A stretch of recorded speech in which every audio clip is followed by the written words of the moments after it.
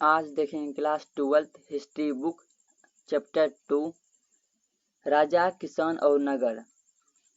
इसमें देखेंगे वैदिक सभ्यता। वैदिक सभ्यता में देखते हैं हड़प्पा सभ्यता के बाद वैदिक सभ्यता अस्तित्व में आई है। हड़प्पा सभ्यता के बाद वैदिक सभ्यता अस्तित्व में आई है। वैदिक सभ्यता ग्रामीण सभ्यता थी। वैदिक सभ्यता को आर्य के द्वारा बसाया गया था।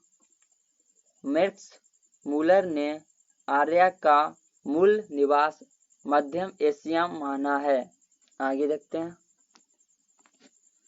आर्य सर्वप्रथम अफगानिस्तान एवं पंजाब में बसे थे।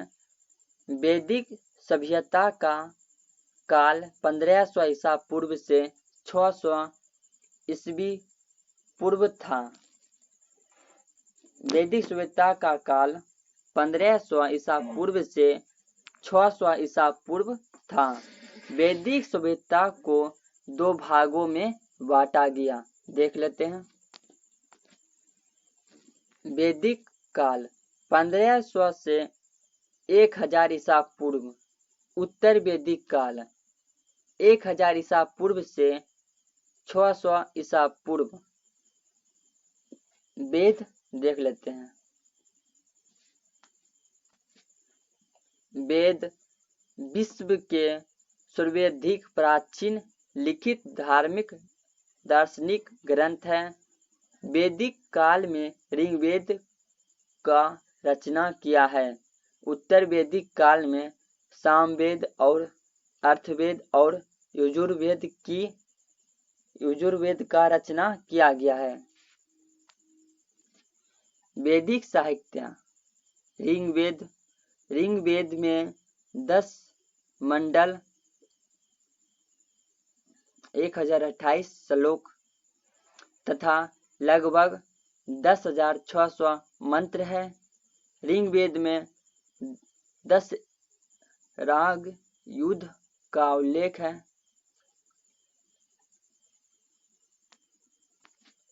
10वें मंडल के पुरुष सूत्र में 4 वर्षों ब्राह्मण, क्षत्रिय, वैश्य एवं शूद्र का उल्लेख है। यजुर्वेद देख लेते हैं। यजुर्वेद कर्मकांड प्रधान ग्रंथ है। यह 2 भागों में विभक्त है। कृष्ण यजुर्वेद गद्य, शुक्ल यजुर्वेद पद। आगे देखते हैं सामवेद। साम का अर्थ गान से होता है। अर्थवेद सामवेद में हमने देखा साम का अर्थ गान से होता है।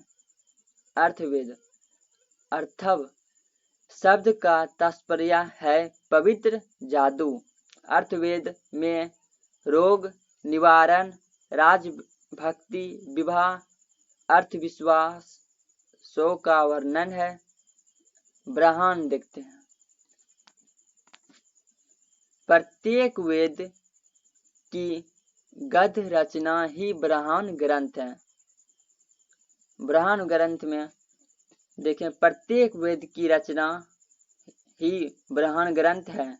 आरण्यक देखते हैं। आरण्यक में आरण्यक शब्द का अरण्य से बना है, जिसका में अर्थ जंगल है।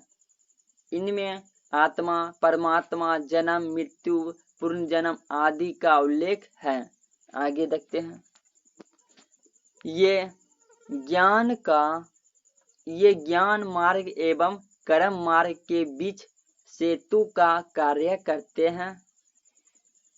ज्ञान मार्ग एवं कर्म मार्ग के बीच सेतु का कार्य करते हैं। आगे देखते हैं। उपनिषद देख लेते हैं। इनका शाब्दिक अर्थ उस विधा से है जो गुरु के समीप बैठकर एकांत में सीखी जाती है।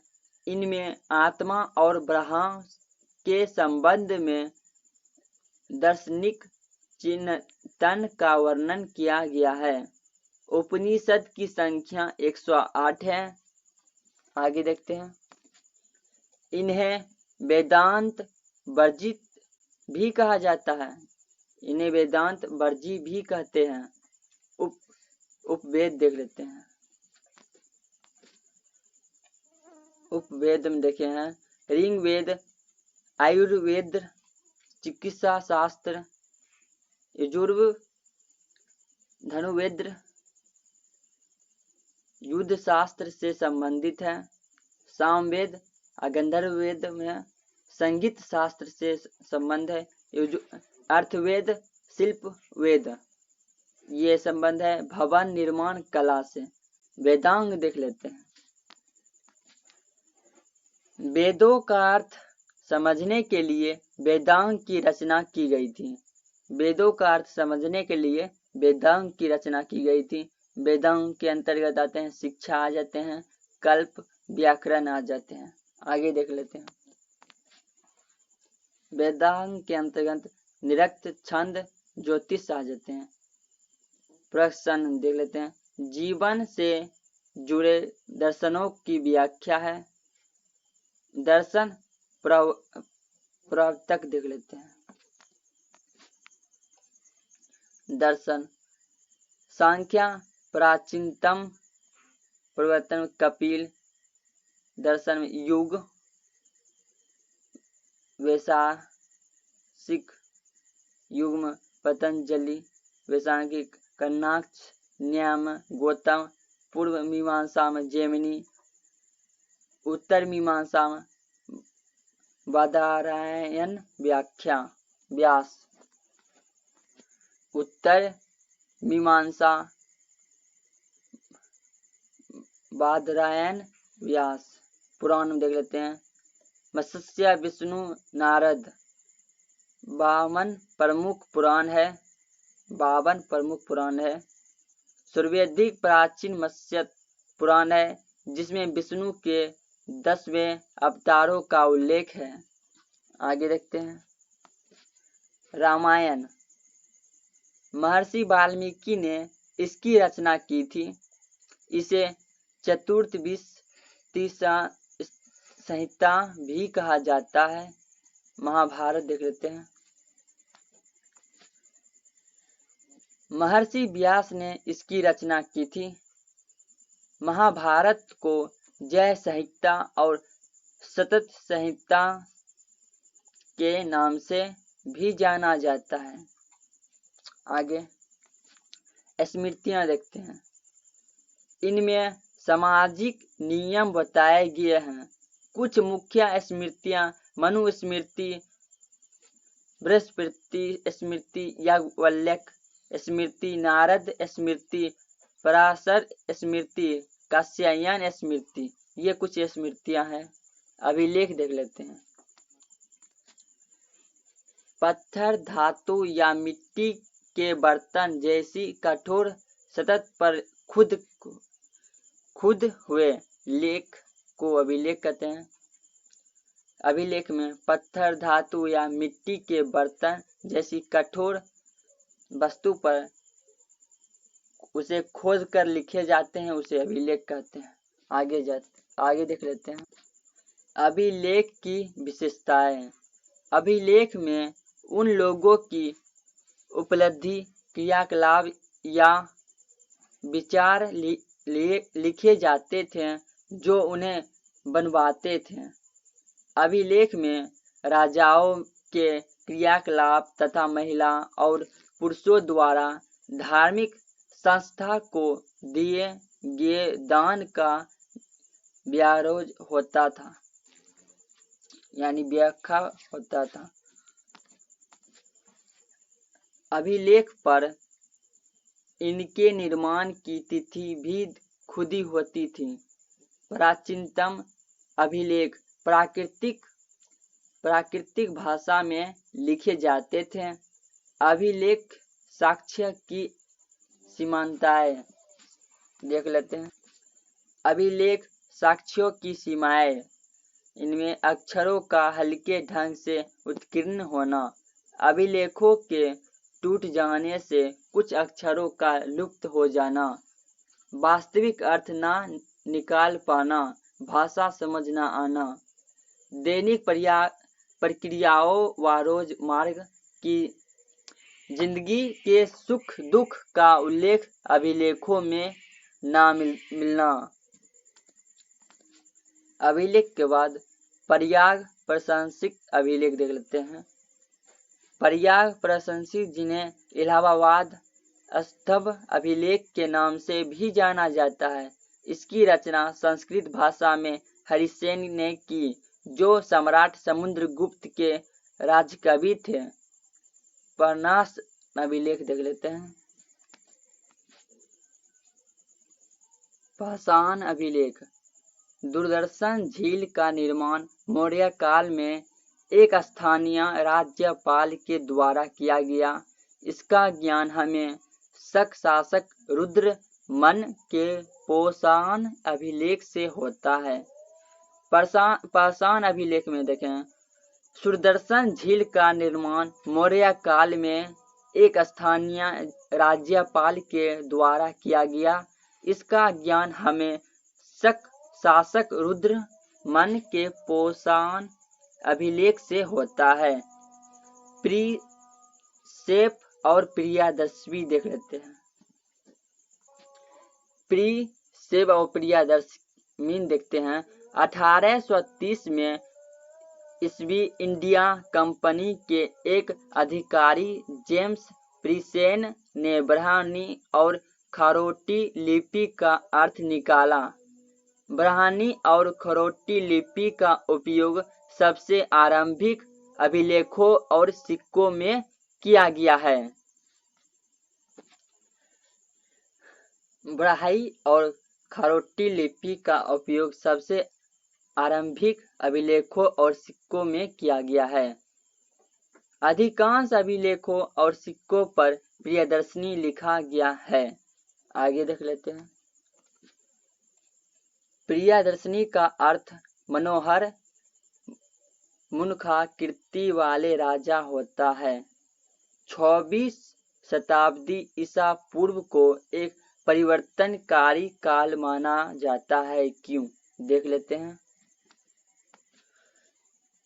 आरंभिक राज्यों का उदय, लोहे का बढ़ता प्रयोग, बौद्ध तथा जैन साहित्य सहित अन्य दार्शनिक विचारधाराओं का विकास, सिक्कों का विकास, 16 महाजनपदों का उल्लेख। आगे देख लेते हैं। जनपद, ऐसा भूखंड जहां कोई जन अपना पांव रखता था अथवा बस जाता था, उसे जनपद कहा जाता था। ऋग्वैदिक युग में राज्यों को जन कहा जाता था। उत्तर वैदिक युग में राज्यों को जनपद कहा जाता था। महाजनपद देख लेते हैं। 16वीं शताब्दी ईसा पूर्व में देश के राजनीति क्षितिज पर जिन विविध राज्यों का अस्तित्व दिखाई देता था, उन्हें महाजनपद की संज्ञा दी गई थी। महाजनपद का उल्लेख बौद्ध ग्रंथ के अंगुत्तर निकाय एवं जैन ग्रंथ के ग्रंथ भागवत सूत्र में हुआ है। भागवत सूत्र में हुआ था। बौद्ध एवं जैन धर्म के प्रारंभिक ग्रंथों में 16 महाजनपदों का जिक्र मिलता है। आगे देख लेते हैं। 16 महाजनपदों का इतिहास। महाजनपदों का नाम देख लेते हैं। 16 महाजनपदों का नाम। महाजनपदों का नाम काशी, वाराणसी, कुरु, दिल्ली, मेरठ एवं हरियाणा, कौशल, अयोध्या, 50, फर्रुखाबाद, अंग, भागलपुर, मुंगेर, मत्स्य, जयपुर। आगे देखते हैं। मगध, पटना, गया, बरजी, मुजफ्फरपुर, असमिया, गोदावरी नदी क्षेत्र,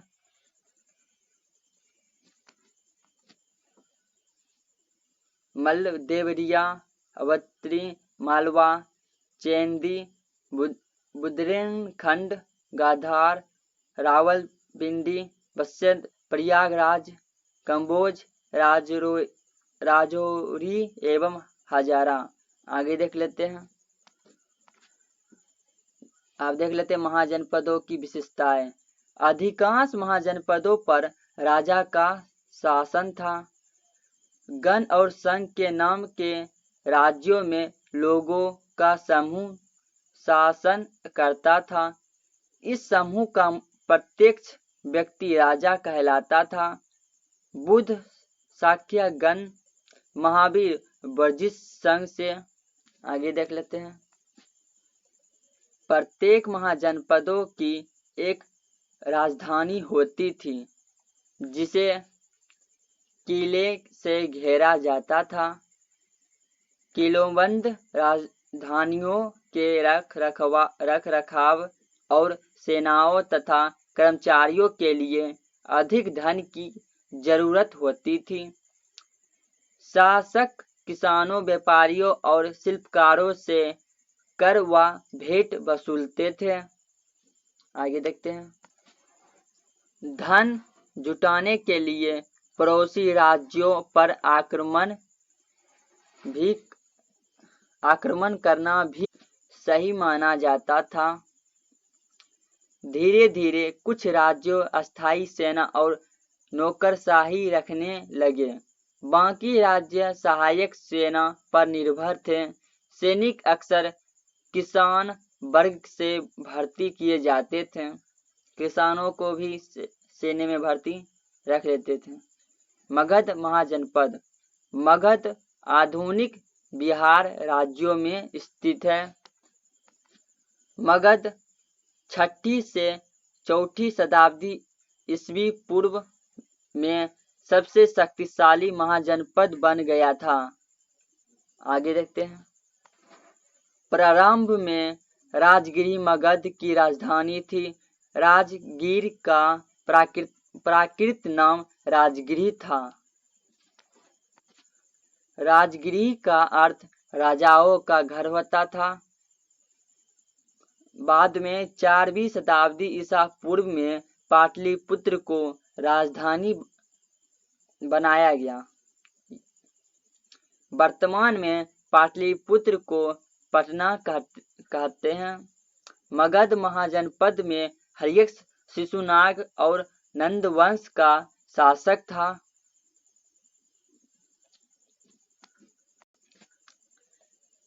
मगध महाजनपद को शक्तिशाली होने के कारण आज के क्लासेस में यहीं तक रहने देते हैं। जियोग्राफी इतिहास पढ़ रहे हैं। राजा, किसान और नगर चैप्टर 2 पार्ट 2 में देखेंगे।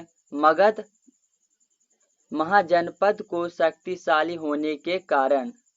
आज के क्लासेस में यहीं तक रहने देते हैं। पार्ट 2 में देख लेंगे मगध महाजनपद को शक्तिशाली होने के कारण।